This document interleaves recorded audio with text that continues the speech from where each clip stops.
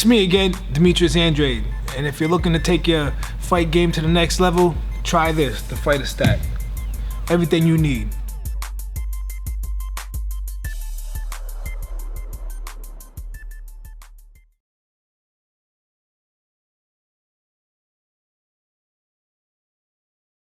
Gentlemen. Thank you guys for hanging around, and hope you avoided the shower of beer. Some of us did, some of us didn't. And we're going to pass over to the floor. Daniel Jacobs, victory, TKO 5. Over to you guys for questions. So did you get an explanation as to what happened to Julio? Yeah, he broke his nose. I believe it was a very crisp right hand from Daniel Jacobs that busted his nose. You could see it quite clearly. And Danny was starting to get through. I mean, end of the fourth round, they had a great exchange. And fifth round, he was starting to land clean shots, flush, and break him down, and busted his nose. When you hit it, did you think I broke his nose? Well, for me, it was more so just about getting acclimated and landing the shots that I wanted to land. Obviously, early on in the first 2 or 3 rounds, I wasn't comfortable enough to let my hands flow.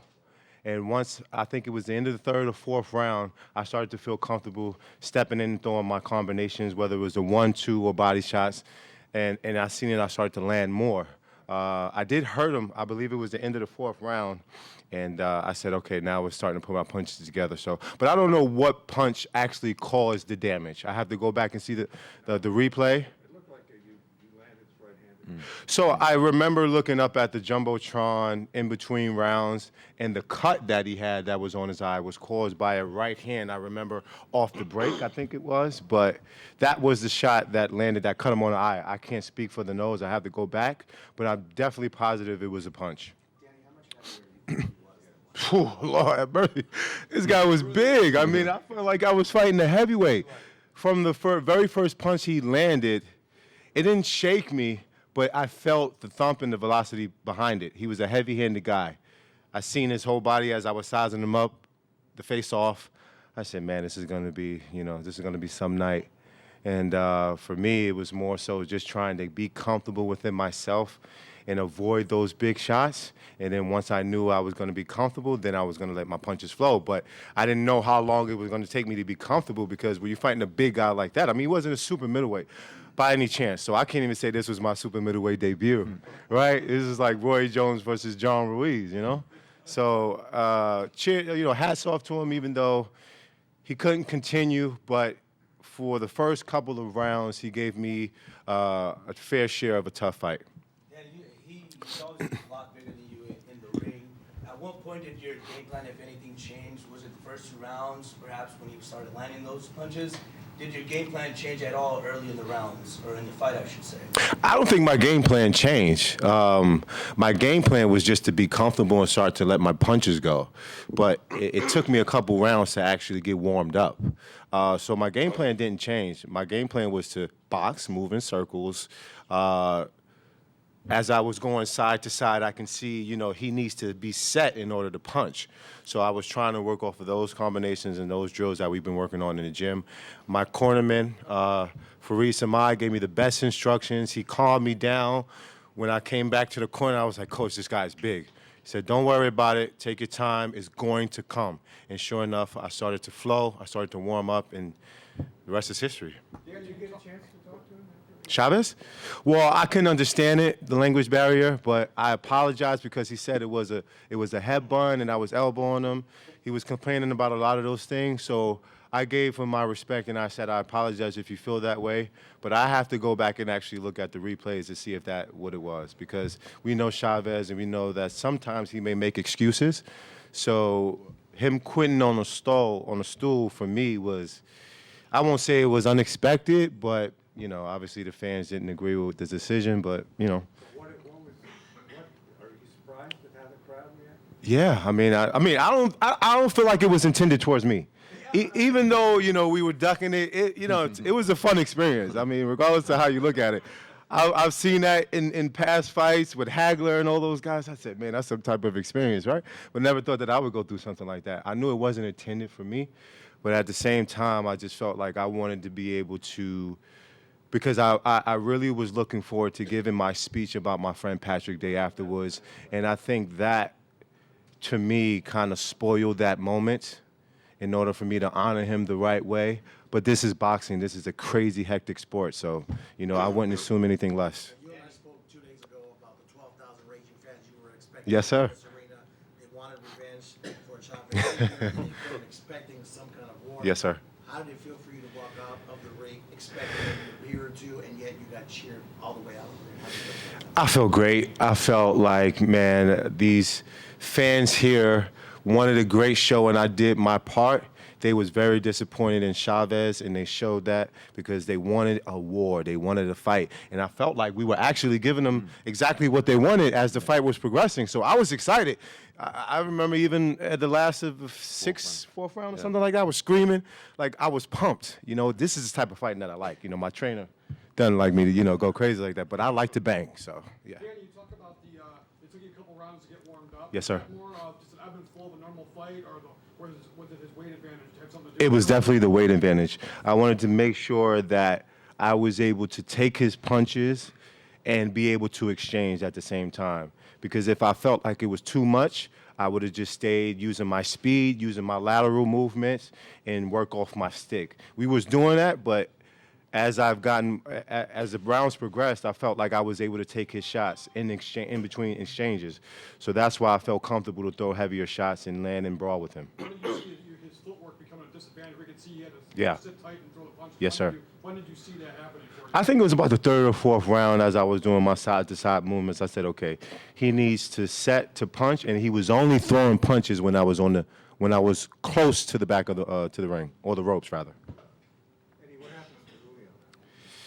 Yeah, it's a shame because we got 5 great rounds, and he was boxing well. I mean, he had a big advantage because of the weight, but as you saw from the reaction for the fans, the one thing Mexican fans won't tolerate is quitting. And it's very hard for us being out of the ring. I always feel like it's bad on us to criticise anyone that quits in the ring because we don't go through it, and we know how dangerous the sport is. So it's hard to call someone a quitter. I feel like, as a non-boxer, to call a boxer a quitter, I can't do that. But he decided he didn't want to continue, and you saw the reaction of his father.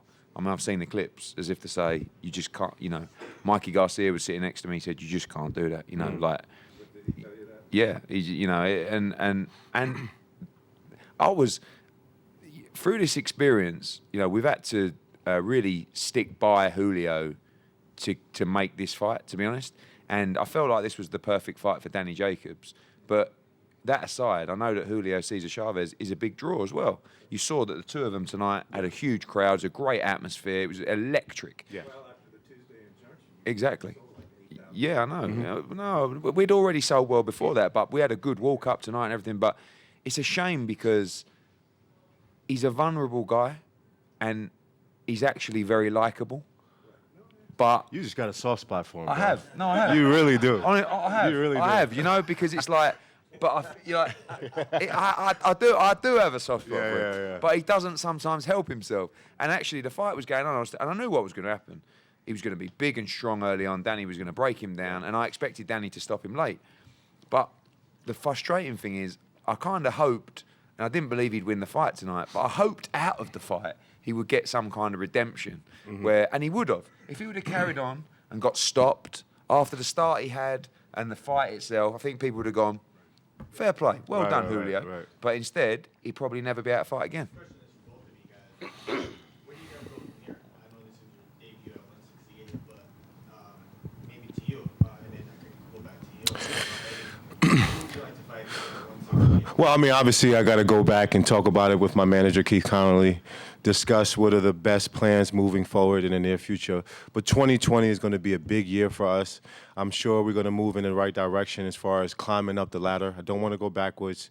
I want to face the true champions of the division, and I want to step up. So for me, tonight may not have been the greatest outcome as far as what I projected. I fought a bigger guy. I wanted to fight a true super middleweight in order to feel exactly what it was like to be in with the guys like that. But, I mean, all we can do is move forward and learn from the past. But to me, this was a good test. Danny, how much already looking for a way out when he was complaining about the elbows, the headbutts? You know, as laughable as it is, I honestly didn't think he was going to quit. I honestly thought that he was just looking for a way for the referee to take away points. So that's why, for me, I'm not a guy who like to touch gloves. I'm not a guy who like to say, I'm sorry. This is a fight. I like to fight. But I was just like, bro, come on. All right, here you go. I'm sorry. I don't want to headbutt you. Come on, let's just fight. Let's, if you want to get it on, let's get it on. So I was a little sympathetic a little bit as well, but at the same time, I just wanted to fight. What's your answer to my question? Well, you saw it. You saw it. Listen, I'm from Philadelphia, and I fought all my life inside of the ring, outside of the ring. When you get into a fisticuff, the person that's staying straight up is the one that's bitching out because he's gonna get hit. So the person that's starting to talking to the refs and talking about what's going on, he's looking for a way out. I'm sorry, but I just got to keep it straight. Yes, sir. With the injunction, changing venue, and missing weight by 5 pounds, Ooh. how were you able to block out all the external noise coming into tonight? Well, I mean, nothing was directed towards me. It was smooth sailing for me. I think all the pressure was on him, and he embarrassed himself. He was very unprofessional. And to me, I just think that it just added more fuel for me because I felt like everyone was actually looking forward to me performing well because they was just like, here Chavez go with another episode, right? So I don't think it was any pressure on me. It was more so, like I said, just getting acclimated and feeling my way into the super cruiser heavyweight division. Yes, sir. Travel all over the world, has done shows everywhere. The atmosphere here since the week started. Wild, yeah, wild, Right? yeah. Does this deter you from coming back? No. Listen, I can't encourage that behaviour, but it's still passionate behaviour. I know it sounds bad, but we want that, and you can't have people that react the way they do on the ring walks with a noise and let's get ready to rumble and with a Mexican flag and then expect them, if they lose like that, just to go, oh, well, okay. That's the passion in them. They shouldn't have thrown stuff, of course. But one guy does it, then 6 guys do it, then 46 guys do it, then 672 people do it, and we end up having an early bath. But I've never experienced anything like that. I've experienced a sort of, I can't call that a riot because there was no fighting. Right. It was just people throwing beers. Like in England, they just fight. Yeah, no, but that was nothing. Trust me. I've seen 1,000 people fighting in a crowd.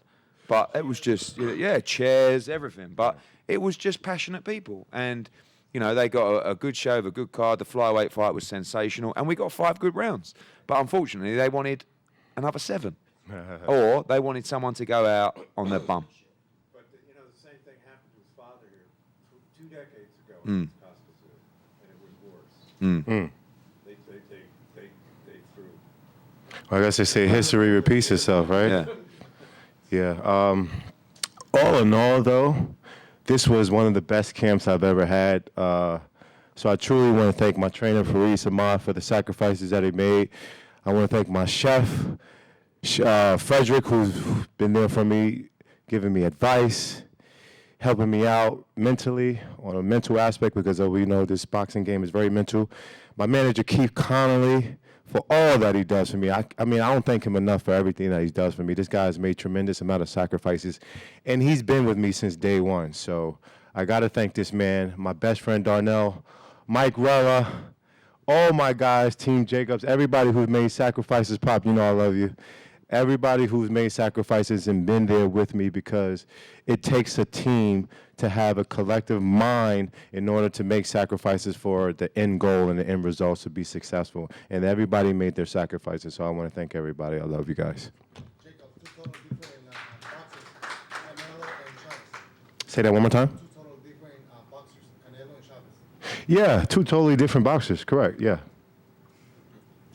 Yeah, You want me to elaborate? Okay, well, they were definitely 2 totally different boxers, but at the same time, I'm a professional, and it's all about adjusting. Canelo was passive-aggressive. He was more of a counterpuncher, and Chavez really just had to come forward, plant his feet, but he was a bigger guy. So it was 2 totally different fights. Both fighters I respect. Both fighters came in there to win. And for me, it was a learning experience on both ends. And now I just take the experience that I have and move forward with it and try to be the best fighter I can be in the future. This is for Danny and then afterwards, Eddie. You said it's one of your best camps you ever had, if not your best. Yeah. How different was it? Because you didn't really know until this week when you were fighting. And then Eddie, what does it say to Danny's character that he really, stayed professional through all this when he really didn't know who he was going to fight until this week? Well, on my side, he's a consummate professional. I mean, he's been in the game a long time. He knows exactly what he's doing. He just kept his head down, trusted in hopefully me and Keith that everything would be fine.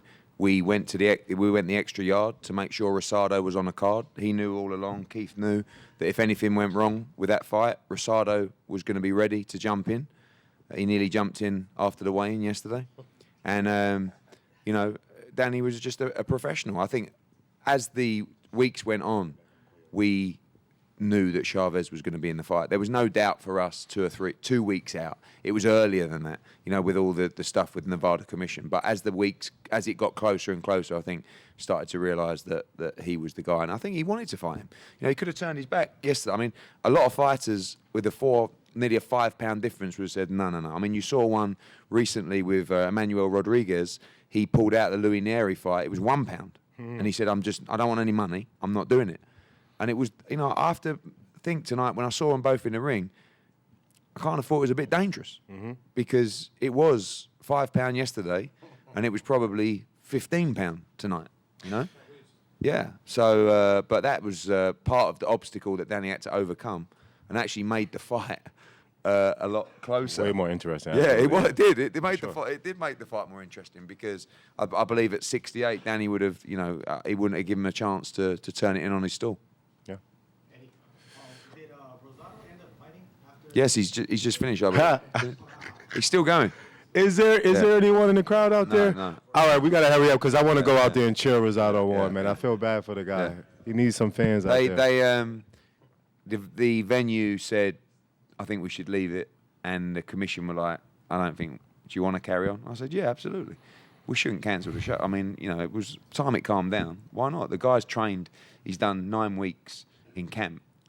So let him fight. So he fought. I just want to have one more comment, Danny, and then I know you want to leave. Just wanted to say thank you. Thank you for being a professional, man. I know if you. Oh, I appreciate you, bro. Fighter, man, you're deep down inside, you want to be able to just, be a brawler and stuff like that, especially when he's doing stuff like this, saying that you're headbutting him or yes, sir. illegal stuff. But just throughout the whole promotion, man, you're being a true professional. Especially Thank you, brother. I appreciate that, man.